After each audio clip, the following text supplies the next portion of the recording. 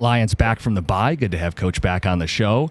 Dan, are you actually able to take time away during a bye week, or is your brain still obsessing about football? Yeah, it's hard.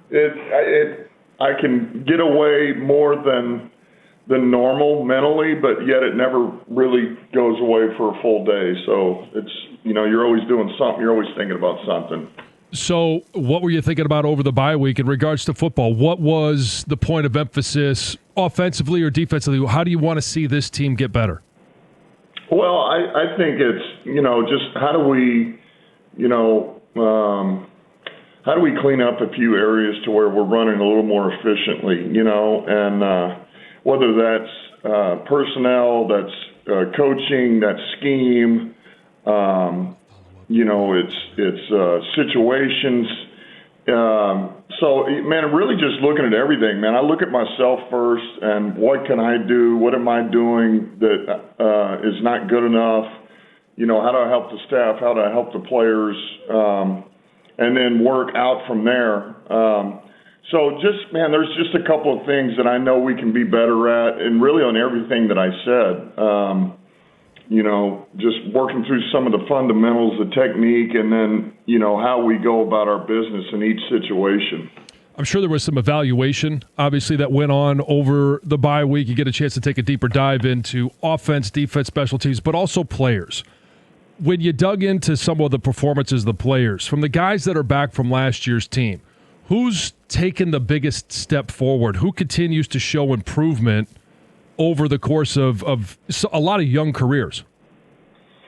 Yeah, well, that's a really good question, because there's a number of guys that have taken big steps. I mean, probably one of the guys that the first one I think of is Sam Laporta. I feel like Sam has taken another step forward, and sometimes what not everybody sees about Sam, he's got to do everything. He's got to pass protect, he's got to run block, and then certainly as a receiver, he's got his value there. The guy can do it all, and I feel like that's where he's taken his biggest jump is in the run game and pass protection, and continues to be a threat in the pass game. I mean, I love where he's at right now.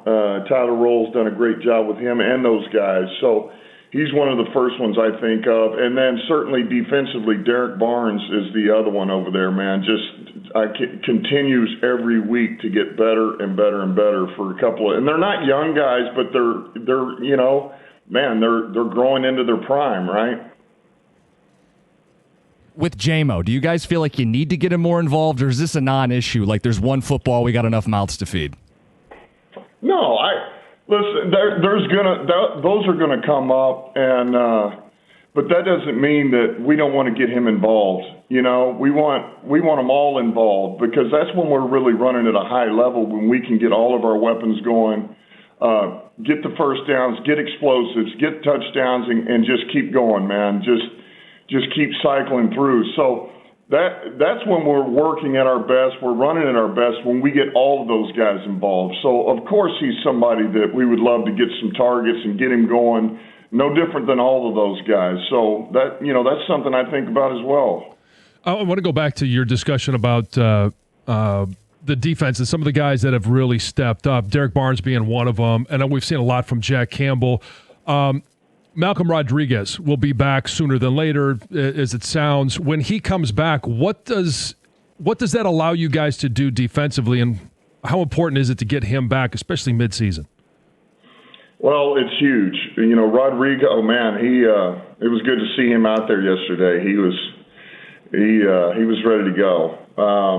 But just getting him back, man, he's a football player. So the guy, he brings us, first and foremost, he brings us depth at the linebacker position. He upgrades us on special teams. I mean, this guy is an outstanding special teams player. And then as he gets his feet back under him, then, man, once he proves that he's back, he's good, he's comfortable, feels good, then something tells me he's going to find a way to find a niche on the football field. Because that's just Rodriguez, man. That's how he's wired. That's how he plays. He takes care of business. So getting him back whenever that comes is going to be huge for us.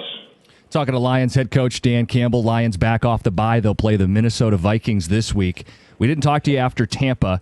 Felt like there was some meat left on the bone offensively. Third downs, if you could try to pinpoint what's been the issue on third downs this year, what would you say it's been? Well, I think it's everything, right? It's all encompassing. You go through it, and it's like, I know that, we'd like to have a call back here. I know Goff would like to be able to progress through on this one, or I wish I'd have done something a little different there. I know we've got a couple of linemen that wish they would have taken a better set. First step wasn't good. Tight ends the same way. The backs, protection.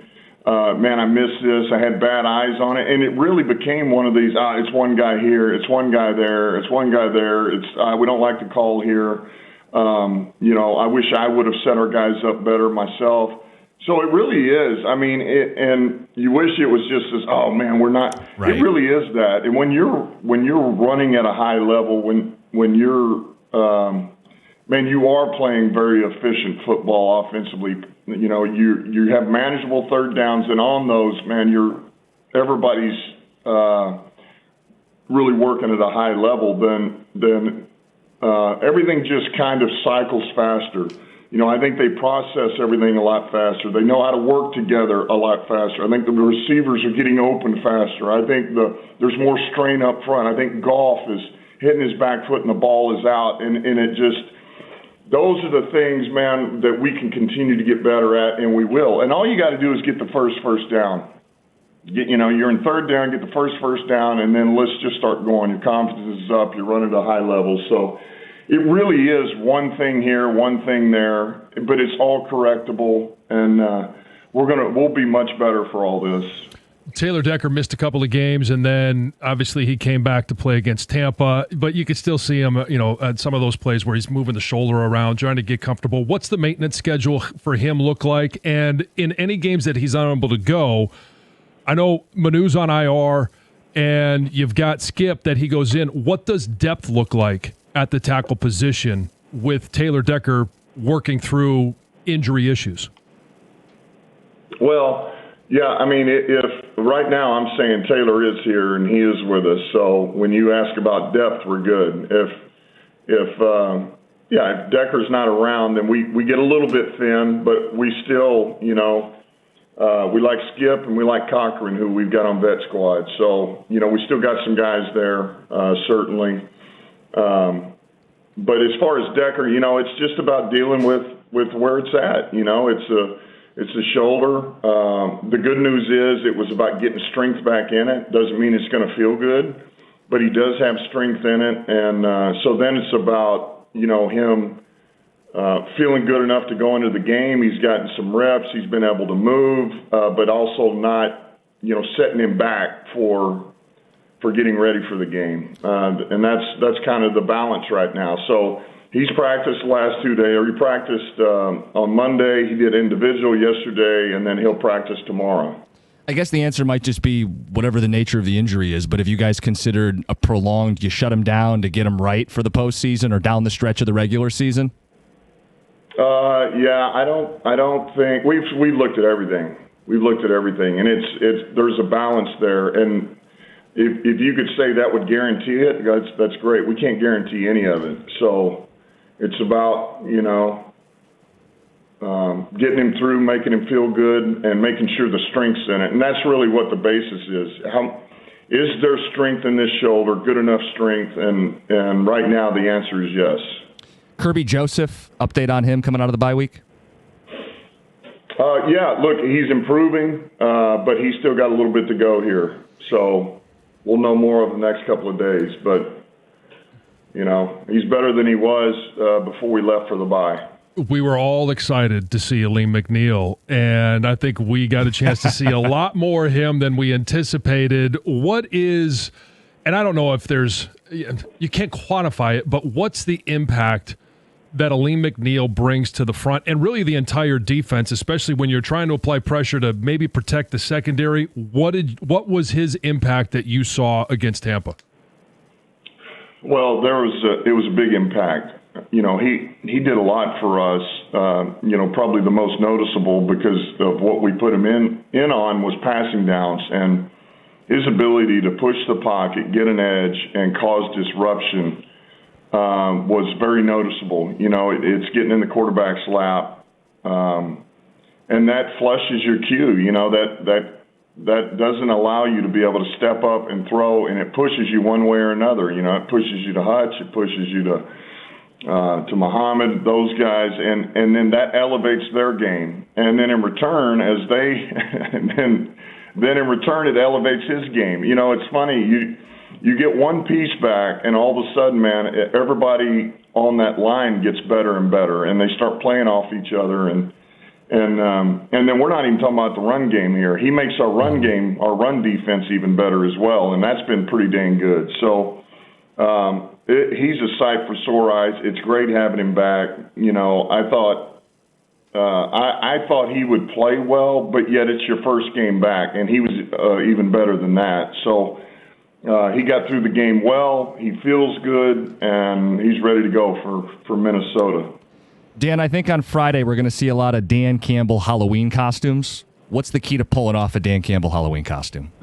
I don't know. I don't know why you would do that. I don't know why anybody would do that, but I don't know. Come on. Cookies wants to know what he needs to do on Friday. You think I'm dressing up as Dan? You're asking for a reason, so he wants to know what's the key piece to the costume for Jim Costa to look like Dan Campbell. Probably got to hit the weight room a little bit. Cap. Yeah. Maybe that'll work. Yeah. Hey, how about this? What is Dan Campbell's favorite Halloween candy? What is my Reese's Pieces? There you go. All right. Dan, we'll talk to you next week. It'll be a trade deadline, so I'm sure we'll have some questions about that and how you guys play against the Vikings. But good luck this weekend. All right. Have a good one. Appreciate it. All right. It's 97.1.